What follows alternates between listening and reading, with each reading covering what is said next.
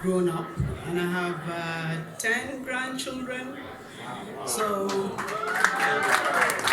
it's actually my husband that suffers, because those guys are all living in their homes with their own families. But my husband is very accommodating and very supportive. He props me up every time I'm feeling low. He's the one that pushes. Saying, you have to go out there, you have to go and do it.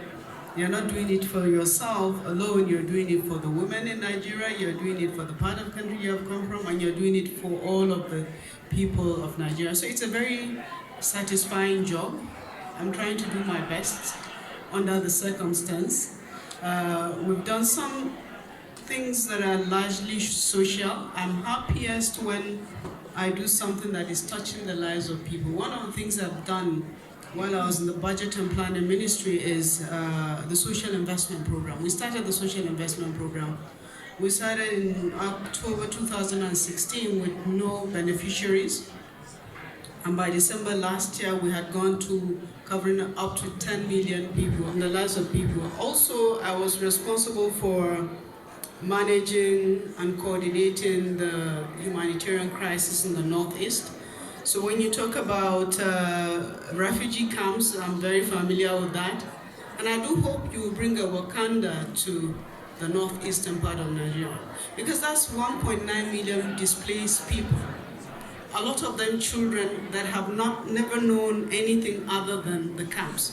They would certainly do with training of special skills, digitalization, giving them an opportunity to do something for themselves. I hope my brother is listening to me. You need to bring Wakanda to the northeastern part of Nigeria. We have several refugee camps there, large population in those camps, and they could do with a break.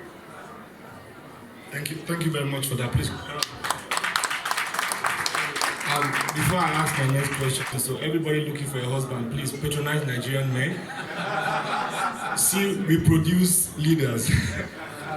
And I think my next question is also leads to what you're saying about the 1.9 million displaced people and bringing Wakanda to Nigeria. One of the things that we are passionate about at Platform Capital is working with international people to make sure that happens.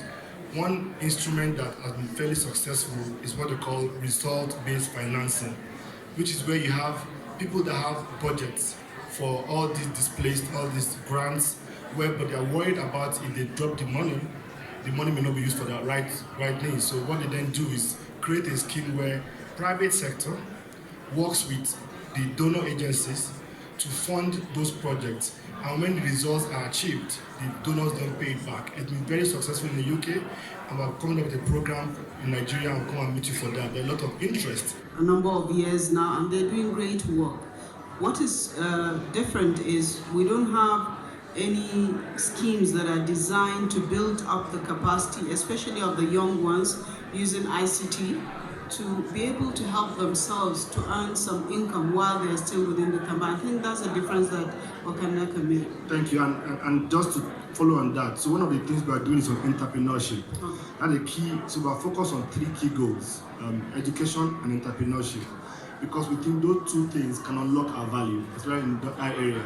And those goals are, we've developed a product working with these donor partners to support what you're doing, because 1.9 million displaced people is a lot, and I'm sure you can do with that. But then, I know you don't want to speak economy, but you can't speak to World Economic Forum, that's the economy. And I'm going to also say that one of the things you have done very well is to find a way to diversify Nigeria's economy away from oil. It's not. Our GDP per capita is about $1,950 per head, so that's not rich. But again, we are a country that is really diversified in terms of our productive base. Oil constitutes about 10% of our GDP, so 90% of our GDP is non-oil. And in the past couple of years, in the past 5 years, we've been able to turn around even government revenue dependency on oil. We inherited a situation whereby 60% of government revenue was oil dependent. Now we've turned it around to 40% oil and 60% non-oil. What we are doing in this second tenure is try to help small businesses to grow. We just passed the finance bill The President assented to the bill just about less than 2 weeks ago. Part of the objective for us is to reduce the tax burden on small businesses. Indeed, we actually made a enterprises that is ranging from 100 million naira to 25 million, from 30% to 20%. For us, it's about enabling the businesses to grow, retaining these potential tax revenues to be plowed into their business, increase their productivity, and also employ more people. So the finance bill is largely people-centered. It's meant to enhance small businesses. Thank you very much for that. I mean, a round of applause for the minister. And lastly, because I know you have to go, and you have a lot of investors here, you have people who are looking to invest in Nigeria here.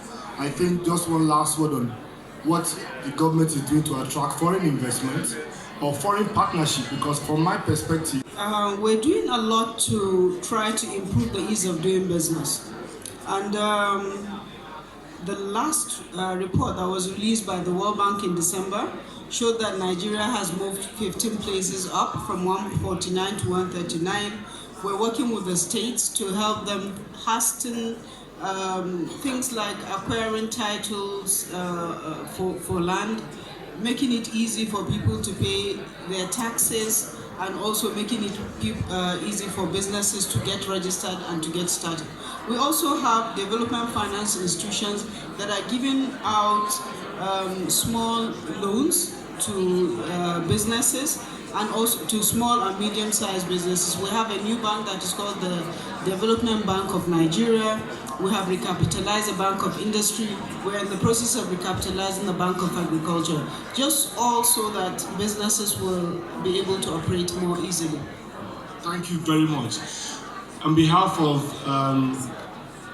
African Nights, Africa House, my partners Kojo and Mamadou, I want to say a very big thank you for coming. And I think the whole house should give her a big round of applause and stand up to this amazing person. Thank you for coming. Thank you for coming.